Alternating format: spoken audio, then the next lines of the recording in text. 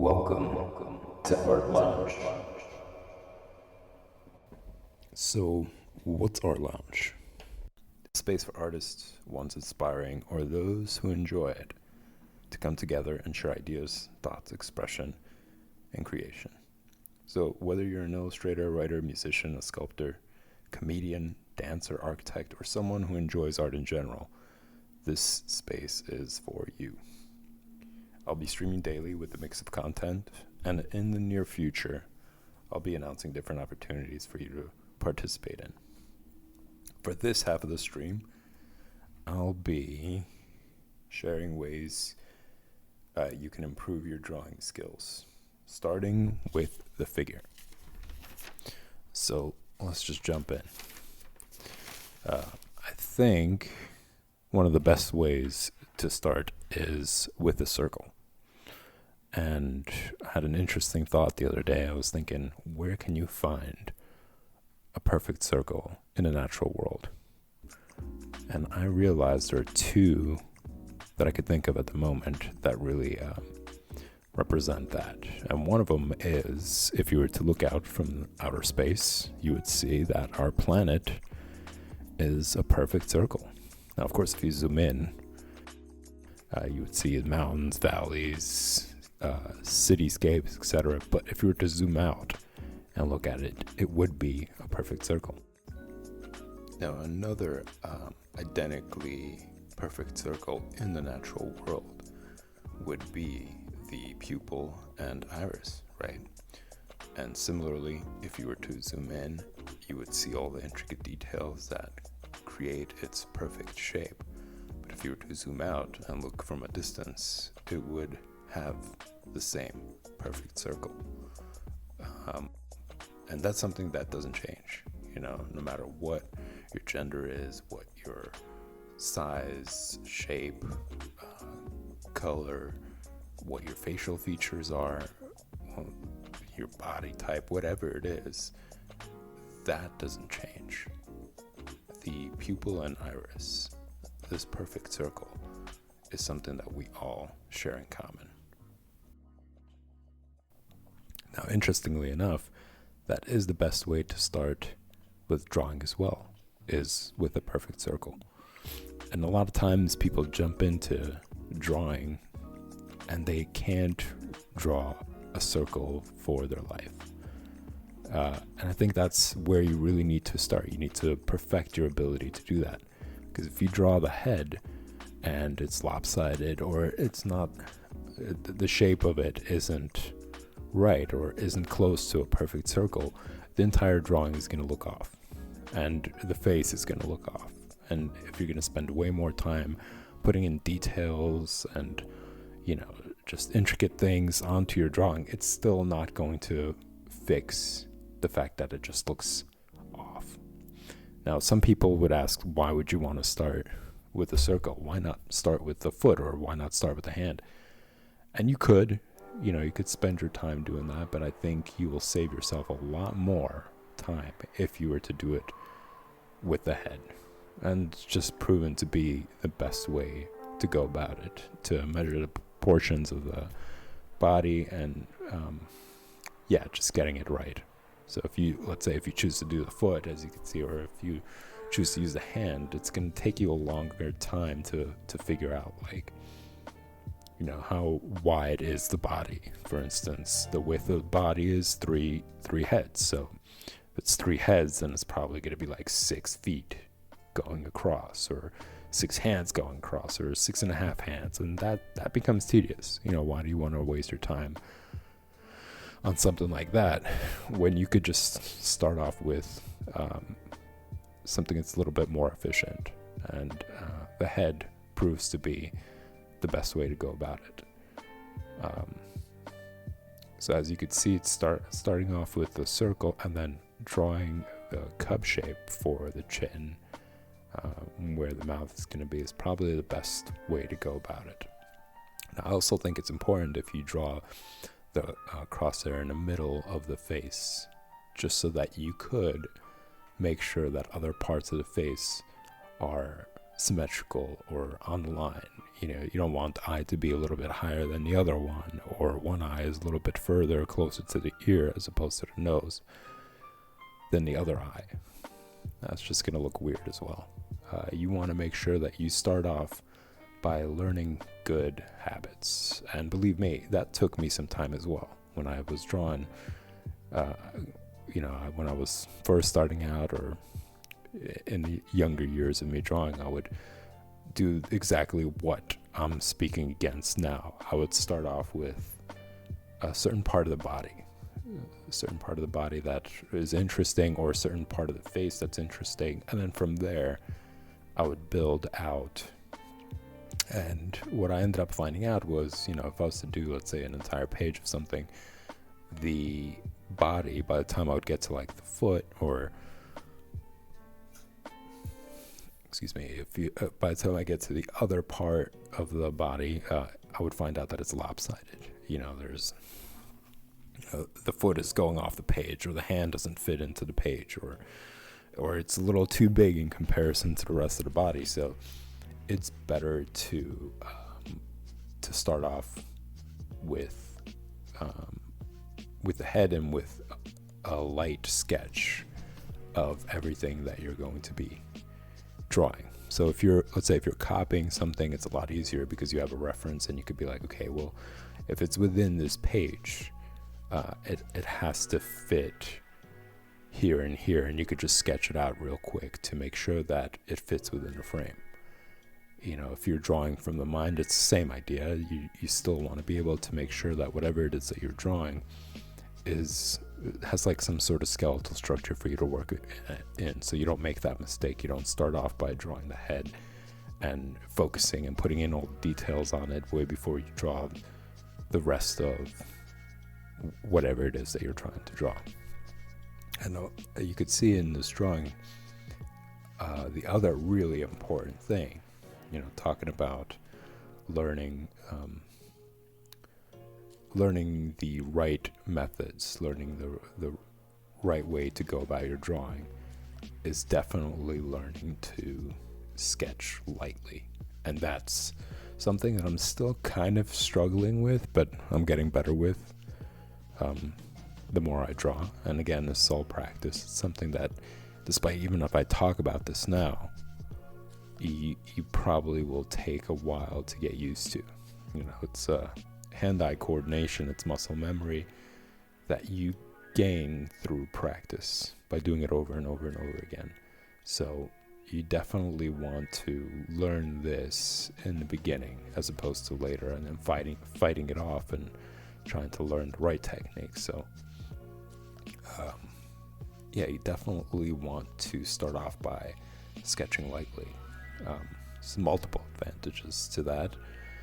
The obvious one is, if you make a mistake, you can obviously erase it. It's a lot easier. You won't have to struggle with that line if you ever have to go over or redo that part of whatever it is that you're drawing.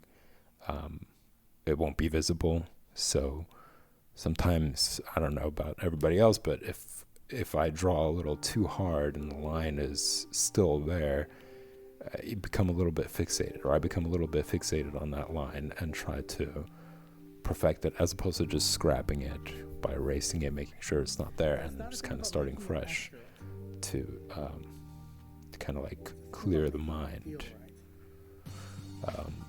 So yeah, that's definitely another really important part, is learning to sketch lightly. And it's going to take a bit of time. It's going to take some time to get used to it.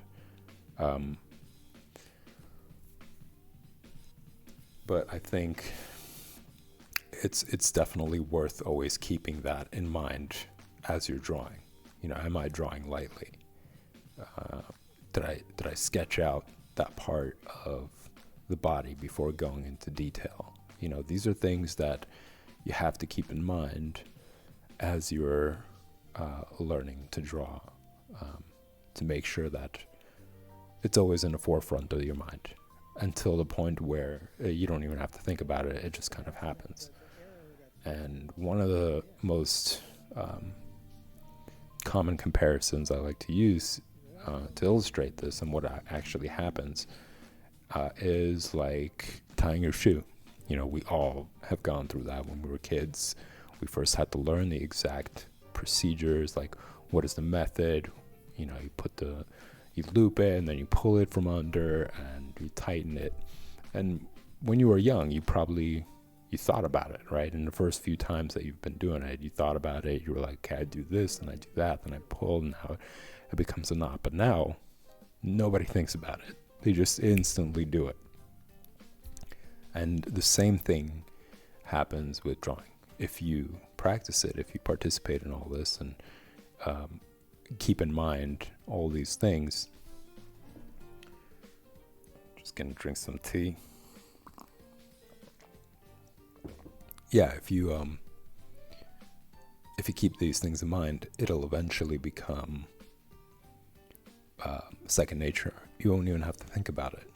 You will just do it. But unlike tying your shoes, it's a little bit more complicated, so you probably will have to spend more time practicing it. But it's the same results. You will eventually not even have to think about it. And you know, there's some artists. There's a lot of artists actually who ended up going in full circle. You know, they started out with drawing from some part of the face to learning these specific techniques of, you know, using the head as a measurement and drawing all these guidelines. And then at some point they just stopped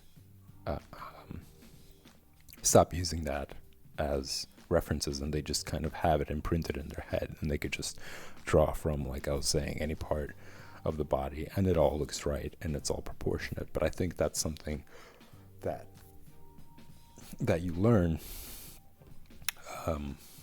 as the more you practice. So right now what you're seeing is how, again, the head measures into all different parts of the body. So as you can see, the foot is about the same size as the head, going vertical. Maybe just a little bit bigger. The hand is 3/4 the size of the head. And as you could see, the head is the best unit of measurement when it comes to making sure that it's proportionate to the rest of the body, or other body features are proportionate, because it's the most simplified version. Like if you're going to use the foot as a measurement, or if you're going to use the hand as a measurement, you're going to have to put in a lot more numbers of each of those, and it has to depend on whether you're using them horizontally or vertically. You know, and that's calculation. What do you need that for? The head is kind of fits into pretty much a lot of the parts of the body in a more simplified way. So you're going to have less time spending trying to calculate it and more time drawing and actually getting better at it. You know, so I would say stick to the head as the unit of measurement. Now you could also see that from the top of the head to right about where the chest is, or the chest ends rather, it's about 2 heads. And then from the chest down to about where your pelvic area is, it's also 2 heads. So, you know, to some people this could be a little too technical, but trust me, this will save you lots of time having to struggle with your work as you develop it. And, you know, you put in all the details and then something is off, you know, like there's a little bit of a disconnect in your figure, and you can't really quite figure out what it is, and you wrestle with it for like a half hour, an hour, and then you find out it's this proportional aspect. So it's better you take the time to actually learn this stuff and perfect it, or try to get as good as you can before really jumping into doing more complicated work. I mean, they both kind of go hand in hand. You know, you could also start off by working on a project and then using this as a reference. And I highly encourage that. I think that's also a great way to go about it. That way you're not just stuck constantly drawing these really technical things, and you could just jump into drawing whatever it is that you you came up with. And I think these are also really great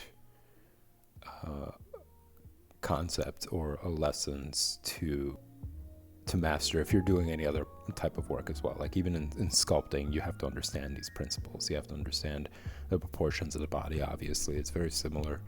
If you're doing, let's say, fashion, and you're coming up with different clothes and ideas, you still need the figure, and for it to sit properly on the figure, in order for it to look appealing to whoever it is that you're showing as well. Because if, let's say, you come up with an interesting idea, but your drawing is kind of wonky, it's going to show that you're not really that serious about it, or you're not really putting in as much effort into it as you possibly could.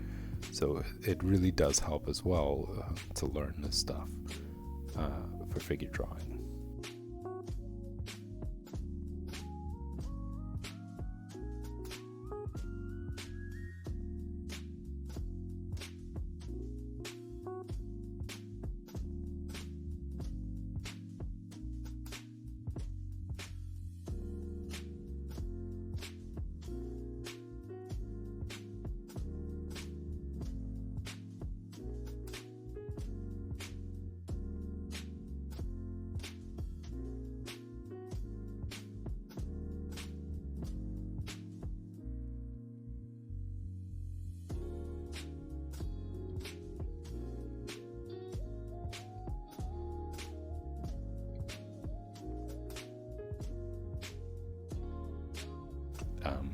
And one of the other, interesting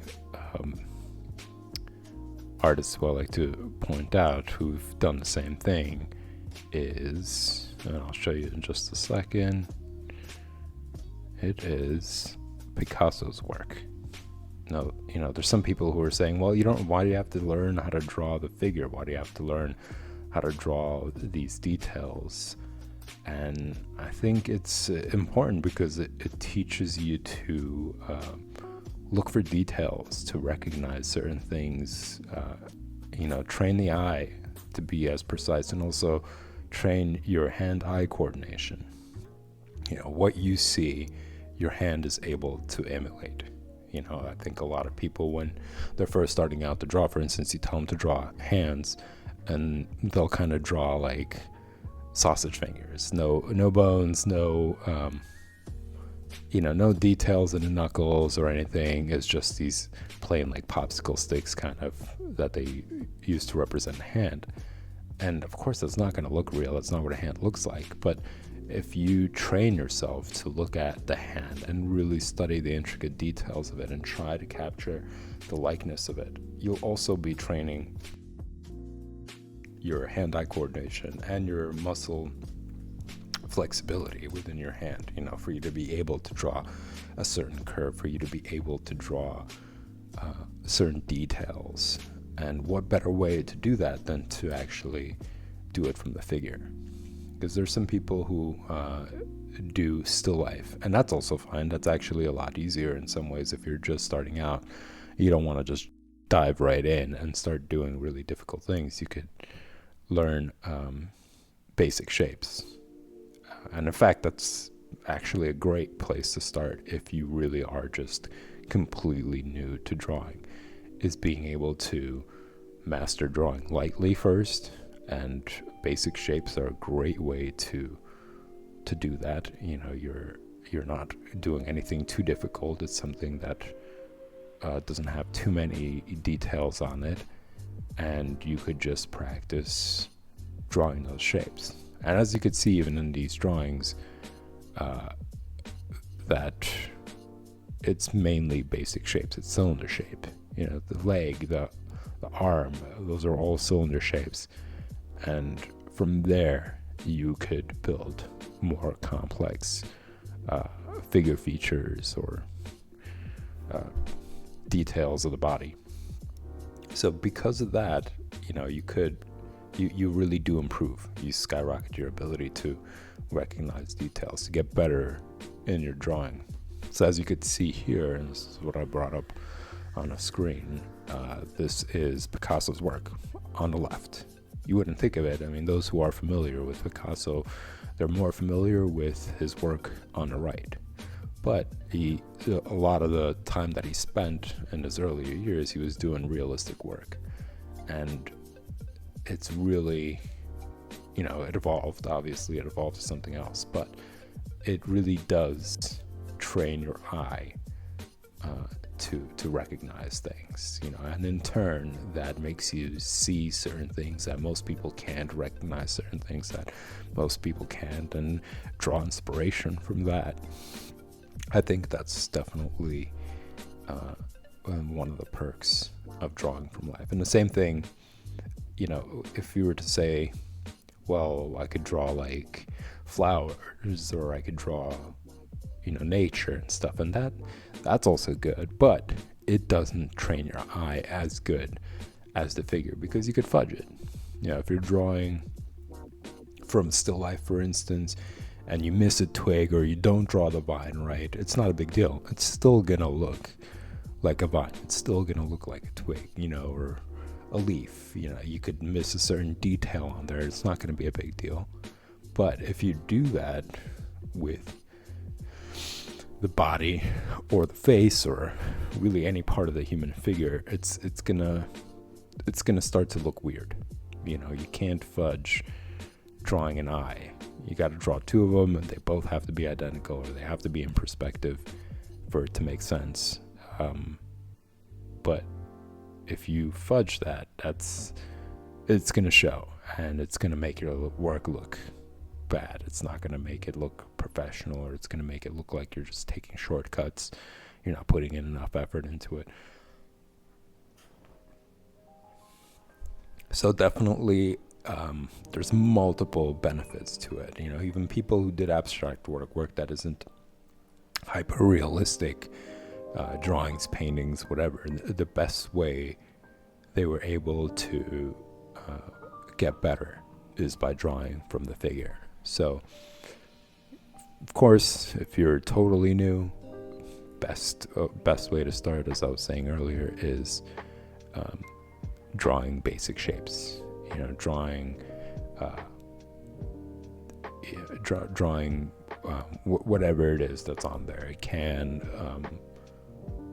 or a shoe, or something that doesn't really have complex details, and focus on the things that we were talking about earlier, which is making sure you sketch it out first and then draw lightly, so that you could change the lines when you go into detail, when you start pressing a little bit harder to redefine the line that you really want to stick with. So definitely, again, if you're just starting out, do that first. Work with basic shapes until you really get it right, until you get the circle right, for instance. That's one of the, like I was mentioning earlier, that's one of the biggest mistakes that people make, is trying to jump into drawing figures and character development and detail without really mastering the most crucial part of drawing, which is starting with the circle. So if you're bored, somewhere, get yourself like a notepad, like preferably a soft cover one, a small one that you could fit into your pocket, and just sit and draw in it as much as you can. Times that you're bored, times that you don't really feel like paying attention, or you need to kill some time or whatever, you could just sit there and try to perfect it. Draw it in different angles, different sizes especially, and try to fill up the page as much as possible, all the way around. That's another big mistake that I would make when I was younger, is when I would draw in a sketchbook, I would try to draw like a centerpiece, and if it didn't work out, I'd just move on to the next page and start out there. And sometimes that's good, but I think it's better practice to try to fill up the page as much as possible. Draw all over the page, try to fill it up. Don't focus too much on perfectionism. Just try to keep yourself in a flow of drawing. And that's one of the best ways to do it, is Don't flip over, just keep on working within a page while focusing on these details I was talking about earlier, keeping it light all the time. Draw 2-3 pages of just really light work. Don't press too hard on it throughout the entire time, just so that it becomes ingrained into you automatically, jumping to it when you start drawing, not going into details, not pressing too hard, just light sketching. And fill up the page, one page to the front and back. Dedicate yourself to those specific things. And you'll notice that the more you do it, especially if you do it every day, if you do it for 3, I would say like 30 minutes at least per day. Hour is ideal, 2 hours is great, 3 hours is excellent, but at least half an hour every day. You'll notice that it'll become easier and easier for you to do it. And you can move on to like the next thing to focus on. Okay, I got down how to draw lightly. That's something that I've been doing consistently for pages and pages. And try to tackle the next thing, drawing perfect shapes as best as you can to make sure it comes out right. Definitely, I would say, practice the cylinder shape as like I was mentioning, and I'll bring it back to the drawing. I definitely want to practice that. As you can see on the body, there's so many parts of the body that are comprised of the cylinder shape. So once you start getting better and better at drawing lightly, start focusing on drawing the cylinder shape. And as you could see on here, what I'm drawing right now is just how the figure pivots using these cylinder shapes. It's a lot easier to structure or start out with this rather than starting to draw, let's say, the chest and then the waist and then connecting it to the shoulder. This way you're putting it onto the paper. It's starting out with something simple, and you're able to, like I was mentioning earlier, to give yourself some foundation, some skeletal work to work from, as opposed to going into detail and then finding out, the chest is a little too wide in comparison to the pelvis, etc. And then feel free to use this even as a reference if you're more confident with yourself and your ability to draw basic shapes, and you kind of want to jump into the whole idea of drawing figure. Use this as a reference. This is really what it's for. I'm drawing this mainly so that you guys can at some point skip back to page 2 and be like, oh yeah, it's 4 heads from the top of the head down to the pelvic area. Is that what I'm doing in my drawing? And then go back into your drawing and be like, okay, I compare and see where that is. Now, granted, you're not always going to be drawing the figure straight like that. I mean, in some cases, you would be in the beginning. It's probably better to build up your confidence by drawing it straight as it is. But at some point, you're going to want to make your poses more interesting. You're going to want to, you want to put a little bit more perspective on it, understanding foreshortening. But that's something that we'll dive deep into as we go along. You don't want to be bombarded. And if you guys can't remember, obviously this might be a little bit of too much info for everyone in the beginning, but this is just mainly an introduction. And as I'm drawing, I'll be highlighting these different parts, or these different ideas as as we stream. Just to reiterate, to refresh your memory, and keep your keep it in mind more frequently. I'll be reiterating it throughout the streams. So yeah, as you could see now, it started out with just the cub shape, in a sense, to get a better idea of, well, how would the body pivot? How would it look, and especially the proportion aspect of it. I also encourage you guys definitely to get yourself a nice ruler. You'll see me using it frequently in these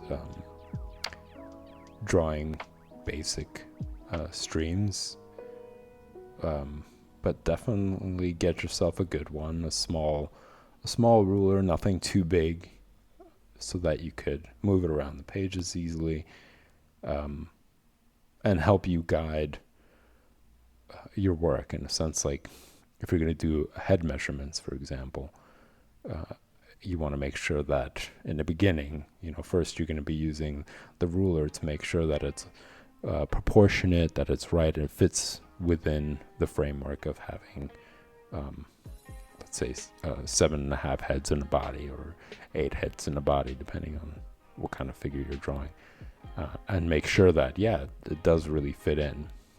Because I remember also when I was starting out, I wanted to eye, this is how big it is in comparison to the head. And it took some time for me to develop that skill. It's not something that once you understand, it has to be the same size, or it has to be 2 heads down, then from then on, I would just perfectly draw the body part in comparison to the size of the head. It took me some time and practice to do it. So in the meantime, until you get to the point where you get better at just eyeing the difference, or the spatial difference, or the size difference, it's best to use the ruler, and that will train your eye to see it properly each time. You'll confidently know, like, okay, I measured it, this is what it looks like. And the more and more you do it, the more ingrained it'll become in your memory, and you won't have to use a ruler each and every time. But yeah, it's from these basic, this is just an example of how from these basic shapes, these cylinders, you are able to build an entire figure.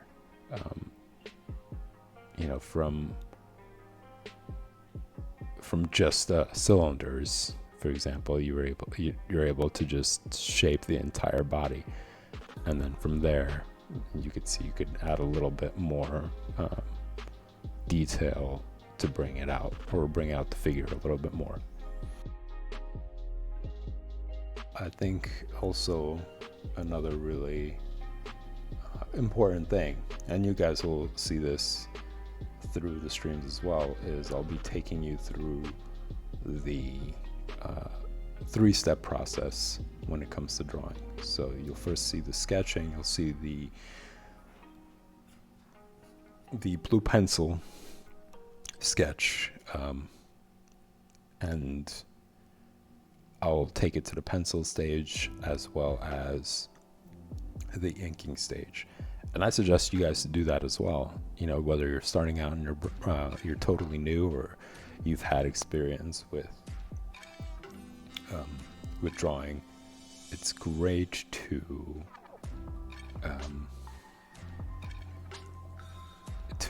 learn these as you go, because that way you instill all 3 right away.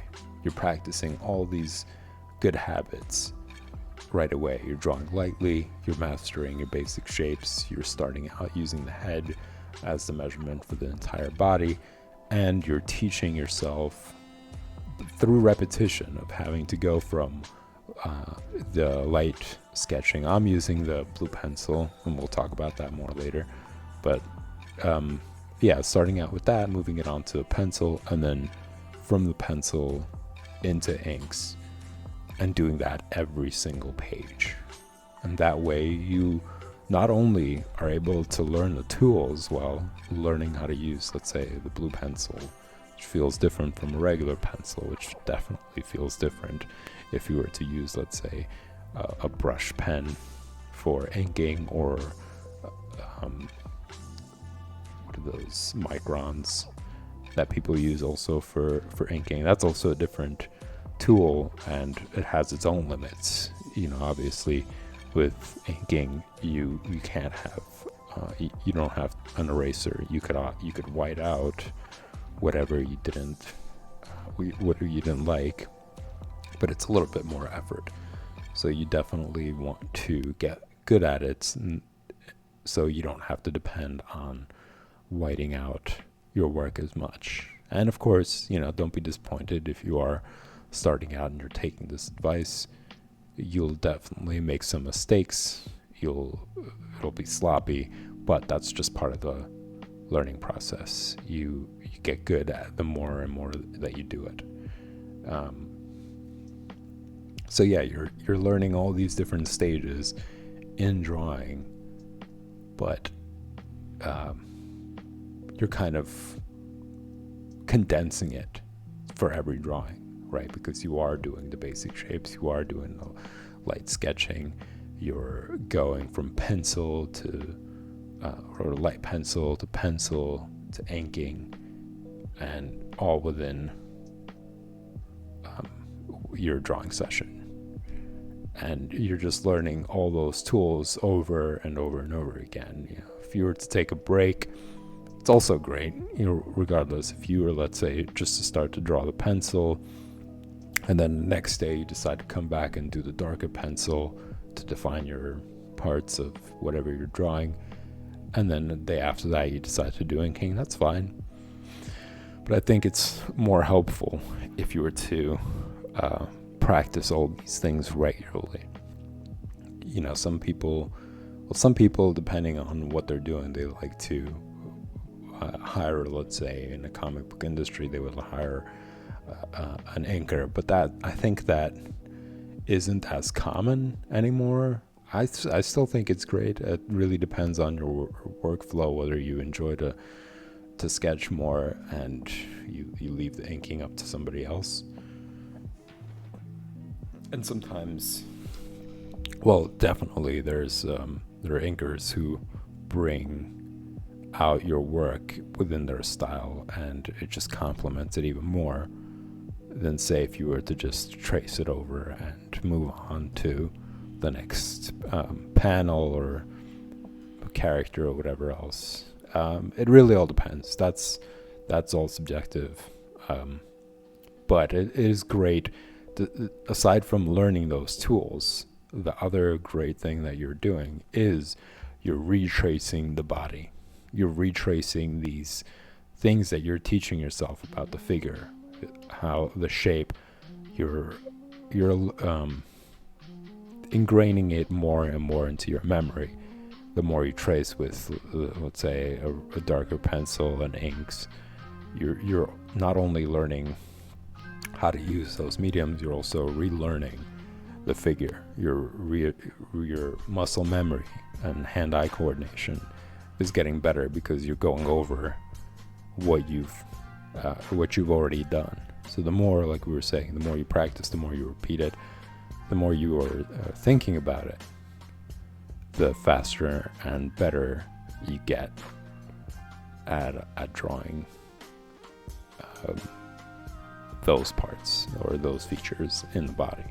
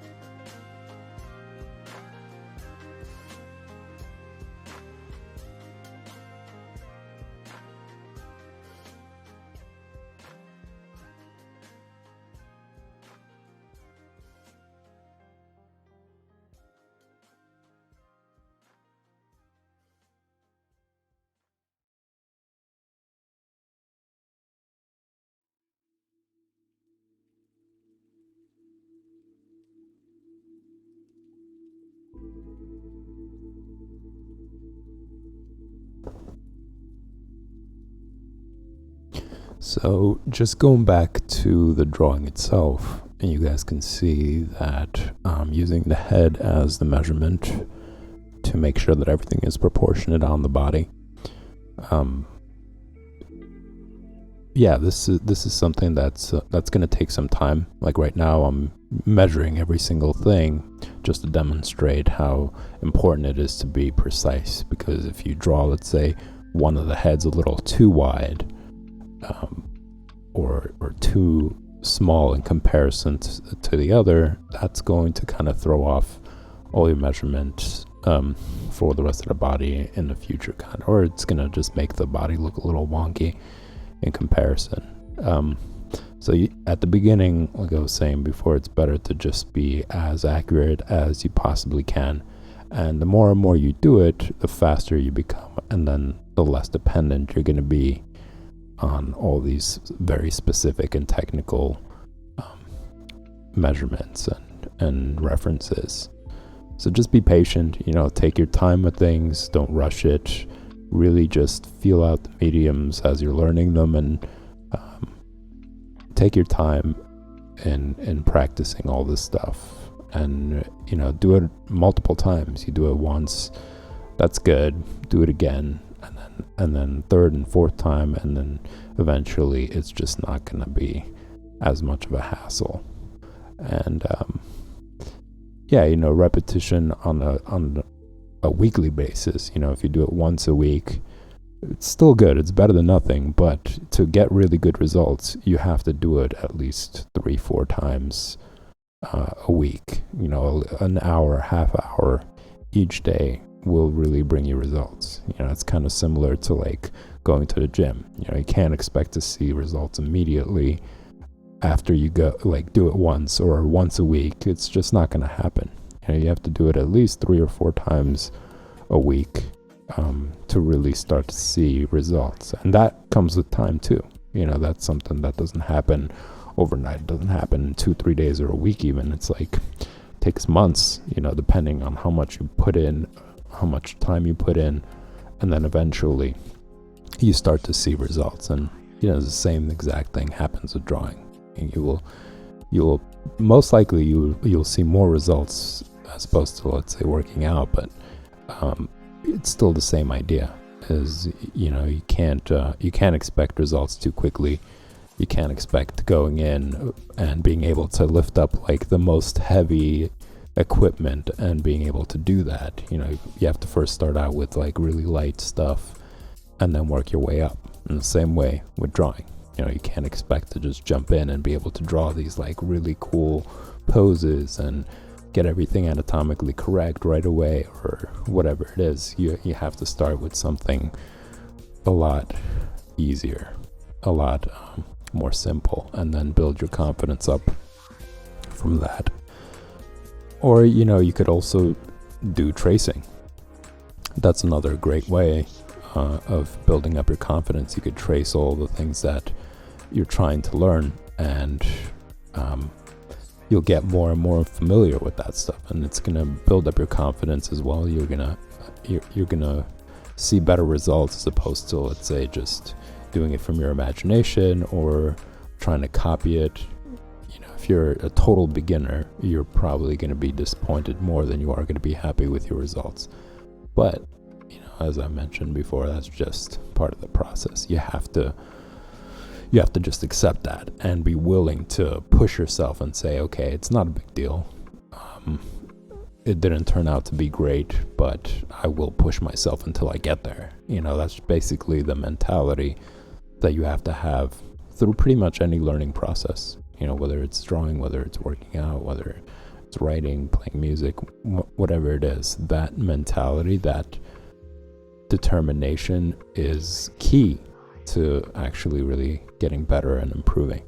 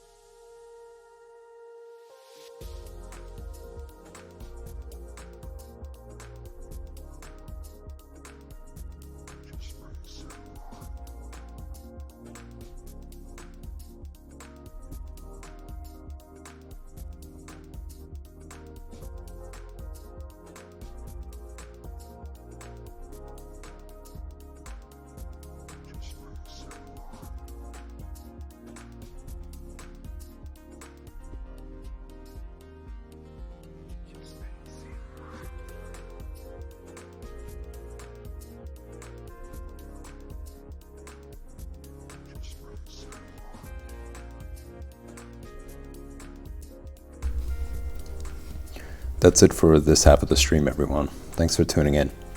If you didn't get a chance to be part of the live stream, you can connect with Art Lounge in any of the social media links posted below, where you can post your questions and comments, and we'll write you back.